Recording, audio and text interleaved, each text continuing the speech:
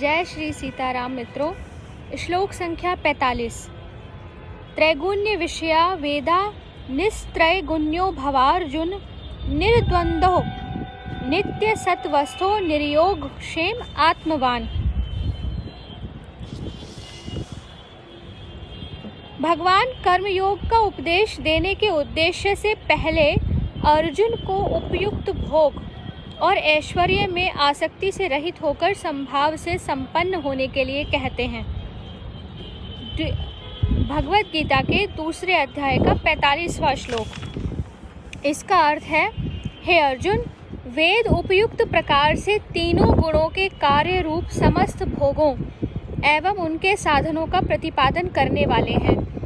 इसलिए तू उन भोगों एवं उनके साधनों में आसक्तिहीन, हर्ष शोक आदि द्वंद्वों से रहित, नित्य वस्तु परमात्मा में स्थित, योग क्षेम को न चाहने वाला और स्वाधीन अंतःकरण वाला हो। प्रश्न है कि त्रैगुण्य विषया पद का क्या अर्थ है और वेदों को त्रैगुण्य विषया कहने का क्या भाव है। उत्तर है कि सत्व, रज और तम, इन तीनों गुणों के कार्य को त्रैगुण्य कहते हैं। अतः समस्त भोग और ऐश्वर्यमय पदार्थों और उनकी प्राप्ति के उपायभूत समस्त कर्मों का वाचक यहाँ त्रैगुण्य पद है। उन सब का अंग प्रत्यंग सहित जिनमें वर्णन हो उनको त्रैगुण्य विषया कहते हैं। यहाँ त्रैगुण्य विषया किसको बताया है? वेदों को त्रैगुण्य विषया बतलाकर यह भाव दिखलाया है कि वेदों में कर्म कांड का वर्णन अधिक होने के कारण वेद त्रैगुण्य विषय हैं। दूसरा प्रश्न उठता है कि निस्त्रैगुण्य होना क्या है।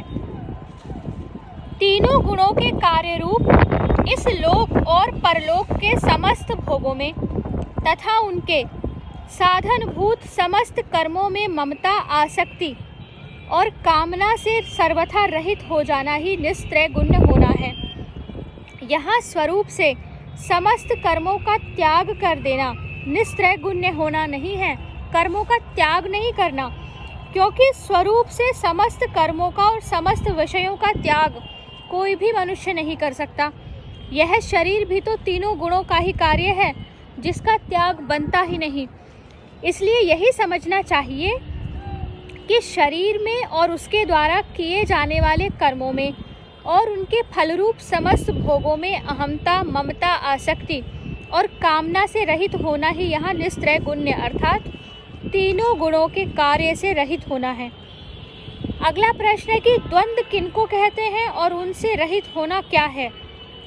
सुख दुख, लाभ हानि, कीर्ति अपकीर्ति, मान अपमान, अनुकूल प्रतिकूल आदि परस्पर विरोधी युग्म पदार्थों का नाम द्वंद्व है और इन सबके संयोग वियोग में सदा ही सम रहना, इनके द्वारा विचलित या मोहित न किया जाना अर्थात हर्ष शोक, राग द्वेष आदि से रहित रहना ही इनसे रहित होना है। अगला प्रश्न है कि नित्य सत्व क्या है और उसमें स्थित होना क्या है। सच्चिदानंद घन परमात्मा ही नित्य सत्य वस्तु है।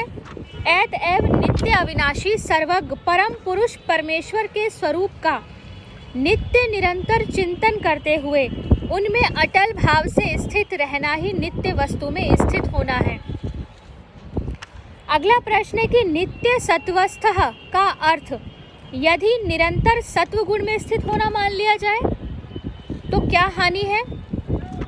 इसका उत्तर है कि इसका ऐसा अर्थ भी बन सकता है कि नित्य सत्व स्थिर का मतलब कि आप सत्व गुण में हमेशा स्थिर रहें, इसमें कोई हानि की बात नहीं। किंतु उपयुक्त अर्थ में और भी अच्छा भाव है, क्योंकि कर्म योग का अंतिम परिणाम समस्त गुणों से अतीत होकर परमात्मा को प्राप्त कर लेना है। सत्गुण से भी ऊपर उठकर परमात्मा को प्राप्त होना ही कर्म योग की अभीष्ट सिद्धि है। प्रश्न है कि योग क्षेम किसको कहते हैं और अर्जुन को निर्योग क्षेम होने के लिए कहने का क्या भाव है। उत्तर है कि अप्राप्त वस्तु की प्राप्ति को योग कहते हैं और प्राप्त वस्तु की रक्षा का नाम क्षेम है। सांसारिक भोगों की कामना का त्याग कर देने के बाद भी शरीर निर्वाह के लिए मनुष्य की योगक्षेम में वासना रहा करती है। अतः उस वासना का भी सर्वथा त्याग कराने के लिए यहाँ अर्जुन को निर्योगक्षेम होने को कहा गया है। अभिप्राय यह है कि तुम ममता और आसक्ति से सर्वथा रहित हो जाओ, किसी भी वस्तु की प्राप्ति या रक्षा को चाहने वाले मत बनो। प्रश्न है कि आत्मवान किसको कहते हैं और अर्जुन को आत्मवान होने के लिए कहने का क्या भाव है? इसका उत्तर है, इंद्रियों के सहित अंतःकरण और शरीर का वाचक यहाँ आत्मा पद है। मन, बुद्धि और इंद्रियां जब तक मनुष्य के वश में नहीं हो जाते, उसके अपने नहीं बन जाते, उसके शत्रु बने रहते हैं, तब तक वह आत्मवान नहीं है। अतएव जिसने अपने मन, बुद्धि और समस्त इंद्रियों को भली भांति वश में कर लिया, उसको आत्मवान यानी आत्मा वाला कहना चाहिए। जिसके मन, बुद्धि और इंद्रियां वश में किए हुए नहीं हैं, उसको समत्व योग का प्राप्त होना अत्यंत कठिन है, और जिसके मन, बुद्धि, इंद्रियां वश में हैं, वह साधन करने से सहज में ही समत्व योग को पा सकता है। इसलिए भगवान ने यहाँ अर्जुन को आत्मवान होने के लिए कहा है। अर्जुन को यह बात कही गई कि सब वेद तीनों गुणों के कार्य का प्रतिपादन करने वाले हैं और तुम तीनों गुणों के कार्य रूप समस्त भोगों में और उनके साधनों में आसक्ति रहित हो जाओ। अब उसके फलस्वरूप ब्रह्म ज्ञान का महत्व बतलाते हुए श्लोक संख्या 46 में कहा गया है, यावानर्थ उदपाने सर्वतः संप्लुतोदके तावान सर्वेषु वेदेषु ब्राह्मणस्य विजानतः।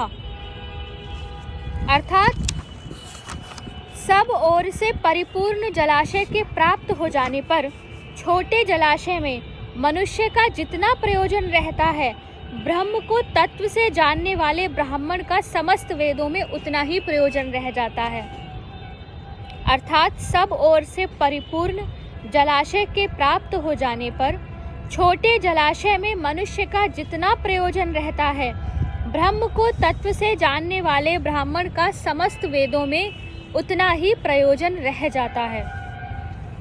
इस श्लोक में जलाशय के दृष्टांत से क्या बात कही गई है?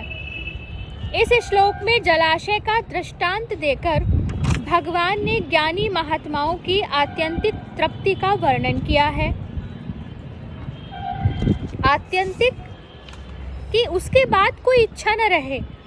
यदि आप समुद्र में हो तो एक बूंद पानी की इच्छा करेंगे? एक बूंद भी उस समुद्र का हिस्सा है, लहर भी उस समुद्र का हिस्सा है, नदी भी उस समुद्र का हिस्सा है।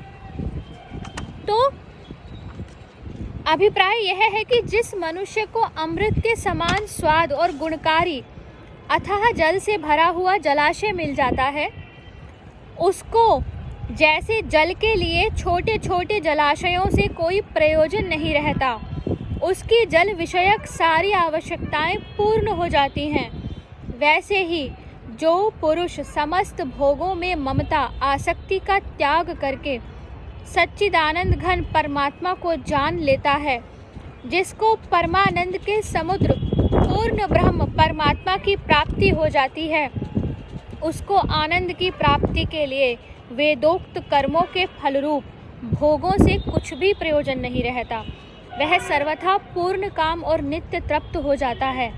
अतः ऐसी स्थिति की प्राप्ति के लिए मनुष्य को वेदोक्त कर्मों के फलरूप भोगों में ममता, आसक्ति और कामना का सर्वथा त्याग करके पूर्णतया निस्त्रैगुण्य हो जाना चाहिए।